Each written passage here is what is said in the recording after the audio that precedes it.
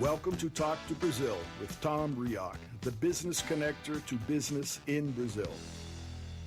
Welcome to Talk to Brazil, the business connection, the world's first English language internet radio program about business in Brazil and on air since 2009.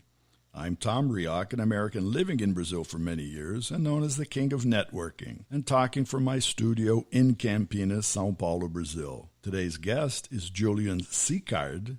Julien is a French national, but he is talking to us from Shanghai in China. Julien is the CEO of Genius Encel, which is an agency he created to generate business leads for clients in China through the use of LinkedIn. He is also the co-president of LinkedIn Local, a Shanghai-centric group, which is a meeting group to discuss and learn more about the use of LinkedIn. So with that, Julien, hello and welcome to Talk to Brazil. Hello, Tom. How are you? Thank you. Thank you for receiving me to your podcast. Thank you for being with us. It's a real pleasure. And for our listeners to know, we found each other on LinkedIn. Yeah, definitely. Yes, this is true. And that's the way the world makes business. So, Julien, for our listeners, and we have a worldwide group of listeners, tell us about your journey of what led you from France to China. Why have you set up business in China? Yeah, definitely. So first, I didn't go in China directly, but I live in Brazil myself during 1 year in Rio de Janeiro. I was an exchange student there. And because during my master degree, I was thinking, okay, maybe I should discover the other part of the world and go to Asia. And of course, besides the fact that I speak fluently Portuguese, I was like, okay, this is maybe the opportunity to do an internship in China. So then I went to the French embassy in Beijing. And my main job at the time was helping Chinese tourists convince them to come to visit France. And after that, I came back to France during 2 years. And after I graduate, of course, I wanted to set up a business. My first business was helping, Chinese students who want to have an education in France, in the best business school. That was my first business. And then after that, I created my digital agency. And now it's more than 3 years. I live in Shanghai, and it's great. Yeah. Well, obviously, you speak Mandarin. You speak Chinese. Yeah, not like Portuguese, but that's okay. That's okay. I mean, for the daily life, that's pretty okay. So I have intermediate level, I would say. But the language definitely for European it's very difficult because it's different. You don't really have an alphabet. The intonation is difficult. But before really I launched into business, I took really 3 semesters of intensive Mandarin. Because it was in my plan, to stay for at least few years here. Right. So I think it's a question of respect. People that at least learn a little bit of Chinese, they're going to be successful. So for people coming to China and want to set up a business, even if you're not fluent, but at least speak some basic of Mandarin. Otherwise, it's going to be hard for you. Yeah. But your daily activities with Chinese business persons, is it more in Chinese, Mandarin, or is it more in English? Well, again, people are very well educated in Shanghai because, we do a generalization of China, but if we take the history of Shanghai, it has been always in contact with the Occident and with the outside world. So, it's really a mix between the Chinese culture and the Western culture, actually. Mm-hmm. And people, because, again, this is the economic center of China. They are very well educated. A lot of people went to the US, Canada, Australia, or France to get a master's degree or bachelor. So these people, they are able to communicate fluently in English. This is not an issue. So, for business, I would say the main language will still be English here in Shanghai. Yeah. Ah, well, that's a good point, because recently I interviewed Arthur Guimarães. He is a Brazilian person, and he lives as well. You know him. That's basically how we met through LinkedIn. But he mentioned the same thing in the podcast. And one of the things we discussed from a foreigner's point of view, like myself or other Brazilians interested in looking to China, China obviously is a very big opportunity physically and with billions of people. But his suggestion, and I guess you're saying the same thing, is to concentrate maybe on Shanghai because of what you just said. It may be easier to create the communication and a starting point. Do you agree on that? Is it a good place to start? Is Shanghai? Yeah, definitely, because again, the people are very open-minded. So that's a big thing when we come here. You are not judged because of your diploma. You are not judged because of your age. I mean, if you have ambition, it's pretty easy, to find the right people and begin a business just like that. I mean, this is the thing. Like, you can really experiment a lot of things here, and this is a unique place. But I mean, in other cities in China, it's pretty difficult. You have some little cities like with few millions of inhabitants, which is in China not a lot. Right. There is still opportunities. For example, I think about cities like Dalian in north of China, they still have opportunities because not a lot of foreigners are there. But definitely to create a network, then it's going to be more with Chinese. So you really need to be better in Chinese. Being successful in Shanghai, it's less difficult rather than, getting to these other cities with less crowded. Promising, yes, but at least you have your own community that can support. So, I mean, you have some Brazilians here. French people, we are a lot. Actually, we are 20,000. So, when I arrive, I reach out to the most famous entrepreneur, thanks to LinkedIn again. And I could meet them directly just after 1 or 2 days just by chatting on LinkedIn. Hey, Julien, let's grab a beer. Let's get a coffee together. What's your plan of building a startup here? People are very curious and really generous with their time and advices, and for free, actually. That's a good point, because many times the impression is that they wouldn't be. They would be taken aback. But so you feel they're very open and very receptive. Well, definitely, compared to my beginning, during 1 year in France, we had a great ambition because of our president, Emmanuel Macron. So we're going to build the startup nation. So, of course, in France, we have a lot of help from the region, from the state, if you want to build a business. But the thing is, even if I am white, doing one of the top schools of my country, people still judge me because of my age. And that's the thing, actually. That's the thing. And when I arrived is that a good thing or bad thing? You're saying they judge you, but... It's bad because in China, they don't care if you are young. You can build a community of 3,000 people the way that I did, or people will pay for your services just if you are competent. But I have this feeling in France, they don't even trust. They judge really the book by its cover. Really, they don't really try, to know you. Really, what's your value proposition? What you can bring, to them. So, well, I think that's not only France. I think, to be fair, that happens in many parts of the world. And with many today, you actually are a startup. And even in Brazil, there are many, many startups. And part of that is, it's not only because of the age. Obviously, many startups are younger persons.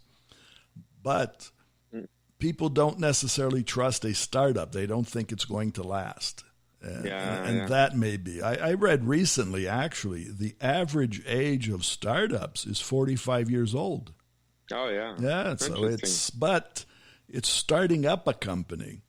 that here, and I'm talking more about Brazil. When you go before a Brazilian and you say, I did that. Right? When I was 50 years old, I started a consulting company. But it wasn't because I was young or old. It was because the company was new, and I didn't have a proven track record with a new company. Yeah. And I think that's more the point. Well, tell me what you do. Tell me your clients. Where's your success? And they want to wait and see until you are successful to hire you, to pay you. Because really, a new company, when it's starting up, does not have the history. So, and the fact that most companies, new companies, they don't survive the first year. Yeah, definitely. So definitely. I think when people are looking at you, they may see a younger or older person, but they don't see a company that's been around for a year. So that's the experience. That's having the time. And you may feel that there too, because obviously people are open. But how long have you been in China now? How many years?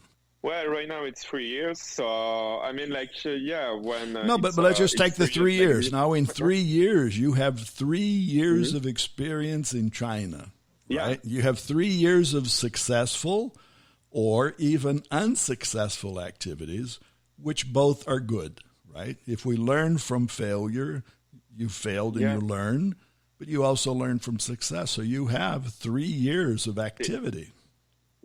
Yeah, definitely. It's a thing that people don't understand outside of China. It's failure. It's part of the process of learning. And when you launch a first business, it's generally not really like the successful business you were expecting for. But again, what is important? It's like, I get more experiences like learning management, recruiting the right resources. I didn't know how to do that. For example, delegation, people have too much expectation, and again, the key of the business is to bring the best human resources. Right. Or for example, how to pursue people to buy for your services. Right. I've never do that. Or for example, being a keynote speaker and speak in front of 100 people. I've never done that.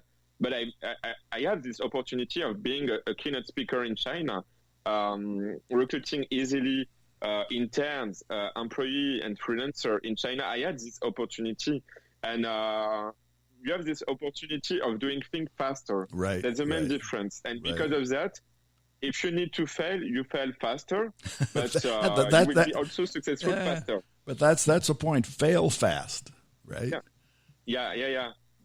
But, because people, for example, I don't really like the classic business model. Like you have, for example, a business plan or you have a prototype. That's a complete nonsense because right now in 2020, the world is going too fast. Right. And the people outside of China, they don't see, but Asia going to dominate the world. It's already the case in Africa. Why? Because they have this adaptability of doing the things very fast. Right. Everyone right now pay with their mobile. And when you go in the bank they have a facial recognition for paying in the bank. It's just incredible. No one uses the credit card anymore. So there is this capacity of really being adaptive pretty fast. Giving you another example. Okay, right now we have the coronavirus. So we are in February 2020. So maybe it made a lot of death. Yeah, but I don't think in other countries people will think themselves, okay, I need to stay in my house. And the Chinese government, they impose just like that in one day. Okay, you have to do that. Because they have a plan. They have an objective, and all the people in China follow the same objective. Yeah. So that's part of fast, of deploying very quickly. That's true. Now, talking about LinkedIn, talking about your experience and creating or working with the LinkedIn group, right? And even your agency, you created a company, you are co-president, and the focus is LinkedIn, right? Generating leads for your clients using LinkedIn. That in itself is a interesting concept anywhere. That could be China, that could be Brazil, could be anywhere. How did you discover, what made you think about that? Well, again, because I experiment on my own LinkedIn during more than 10 years and for different objectives. For example, for the school I wanted, I get that school because, again, I found the profile on LinkedIn and I asked the students, what has been the question, for being, accepted to that school. So LinkedIn really bring me some success. I found my mentor on LinkedIn, and then I found internship because of LinkedIn. So whatever, maybe you are looking for an internship or looking, I don't know, for a mentor. I mean, it's first you sell yourself. That's the point. Right. And on LinkedIn, and it's very specific, like compared to other social media like Facebook, Instagram that we are seeing right now, it's decreasing totally. LinkedIn is unique because you can reach out to, high executive. It's really pretty qualified people on that. And that's why I love so much that platform.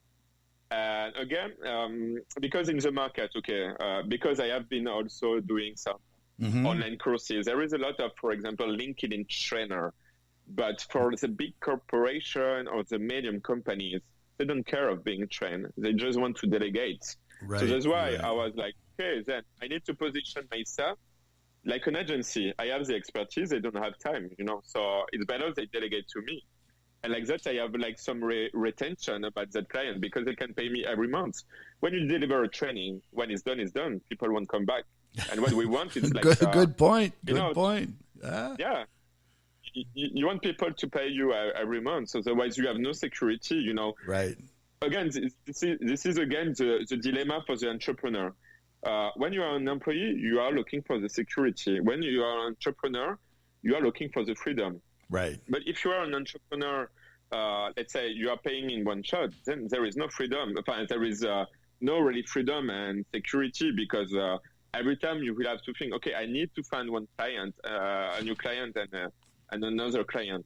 So this is a thing, like how do you build a business model where people can pay you every month, and access to your freedom and reinvest, for example, I don't know, like in people, for example, to manage a blog, to create new channels to develop. And like that, you have more time, for example, to read an online course about LinkedIn, whatever, Right. Diversification is key, but you need to ensure first to have like regular income. And that's the point, like where a lot of entrepreneurs, they fall. Because if you're not able first to pay yourself, pay for your rent, pay for your food, I mean, there's going to be a big issue, yeah. Certainly. And that's not the way to fail. But to your point, and what you mentioned right now, if we're looking at the virus, just to take that as an example, and you said, well, everybody has to stay home and work. But actually, that's where you work anyway. You're working. And you're working with the world, so you don't really have to be anywhere. You don't have to be outside. You're in touch. We're talking Shanghai, Campinas, Brazil, and we're both fine. That's a big point. Like there is so many opportunities online, and now it's a very interesting period because even my friends and foreigners who are entrepreneurs here are like, wow, Julien, maybe I should pay you. You have such an expertise about doing online training, and I am considering to create online courses. And that's why, even like the foreigners here, they think quickly, like even, it's maybe 10 days. Right now we are locked literally, in our apartment. Right. But people really think fast. I saw that. I was amazed. You're talking about 10 days. Yeah. We saw here that in 10 days, the Chinese government built a hospital with over 1,000 beds in 10 days. So, and it's up and running. So your concept of fast is really fast. Now to your meetings, your LinkedIn groups. Those are physically present groups. The people actually meet and talk to each other, right? Yeah, so in fact, we have two things. So we use the power of WeChat, which is actually the main application here in China for talking. It's like WhatsApp, but with more features, actually, for people that don't know. Okay. You can pay, for example. You can do many things with WeChat. And we also use that. For example, we scan what we call a QR code. The QR code is really well used here in China. And for example, if you want to talk business, we don't exchange business card. It's totally useless. We exchange WeChat here. And yeah, regarding WeChat, the groups, so you need to imagine a kind of Facebook group, but it's like a WhatsApp group more. And it goes very, very fast, the information. So basically, the rules of our groups, it's you can only share LinkedIn posts, that group. And by doing that, we create engagement because people like and comment each other. And then what we realize, like generally the people in the group, right. They have plus 200% of engagement. So it's a kind of gamification. They begin to be addicted. Right. And they can see also the benefits because more and more people, because the posts, they have more and more views. So then more and more people visit their profile. And more they have opportunities. So it's a win-win. So this is really the online part. Right. And then the second point, we use the groups for telling them, okay, we do one networking event a month on a specific topic like content creation, how to become a B2B sales expert. And generally what we do, we mix with a local chamber of commerce. So we have a different chamber of commerce, like the American Chamber of Commerce, the Canadian Chamber of Commerce, the French Chamber of Commerce. So generally, they have a lot of members. And what we use, it's like, okay, we are LinkedIn local. We can bring very qualified people into the event. Do you want to co-brand with us, the event? Yeah. And that's the key. Like, so basically, like a co-branded event on every month. Okay. We bring one expert. And after 1 hour talk, 1 hour workshop, we will go for a drink and for example, experiment a food of the Chamber of Commerce. So, for example, with the event with the Mexican Chamber, it was tacos and tequila. And, it's really, because I'm French, I really think like food and alcohol can bring people together. But actually it works. And I think you saw that when you came to Brazil. That's how Brazil works. Yeah. Right? Yeah, when you were in Rio, I'm sure that you ate the Brazilian food. You saw the Brazilians like to get together. They like to talk and sing, right? Pão de queijo, samba, caipirinha. Yeah, all of that. Yeah, that's all part of business. That's good. Yeah, definitely.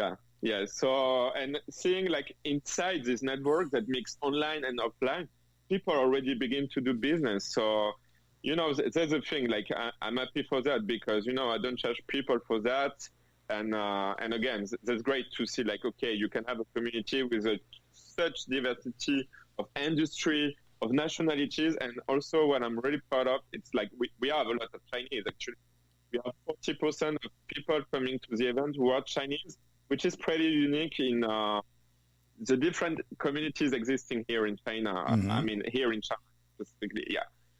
Well, I'm really happy to have had this opportunity to talk to you and for you to share your experience with our listeners. And this was unique for me. Unique in the sense that I'm I consider myself a heavy user of LinkedIn because I believe what you just said, and I've been doing that for years. And actually, most of my contacts are people that I have never seen personally. And when we talk about Brazil, Brazilians like to see the person. They like to meet the person. But out in the world, the probability of you and I meeting is low. All right. But we can have this chat. We can talk. We can generate a podcast very easily and very quickly. And the quickly is, I think it's been only 2 or 3 days ago that I saw that you placed a like on Arthur Guimarães' podcast. I saw your name. When I saw your name there as a like, I clicked on it. I saw who you are, where you are. I says, wow, this guy's different. He's in Shanghai. And then on your LinkedIn profile, which is very vivid, I saw what you do. And 4 days later, we're generating a podcast. And that's fast. That's the magic. Like, and we don't have to meet. I don't have to get a ticket, get on a plane, and come and see you. So, so I think that's great. People need to understand, like in 2020, like you don't need, for example, to be physically there. Like even tomorrow, I can take a plane and go in Bali. I can still talk with my clients. I mean, really, like I think from the history perspective, right. Even if you are poor, it has not been so easy right now of building a big business for anyone. Why? Because of the internet, you have access to education. You can train for free. Right. If you don't know how to master something, you can create a powerful network. Right. Worldwide. Like you, like 3 days ago, I don't know anything about TikTok. I did an interview with a big influencer on TikTok with 2 million of followers. And now we exchange, some advice. Right. I have her on our LinkedIn, and now she helps me and giving the best advice. How she build like an audience of 2 million followers on TikTok, right? And for free.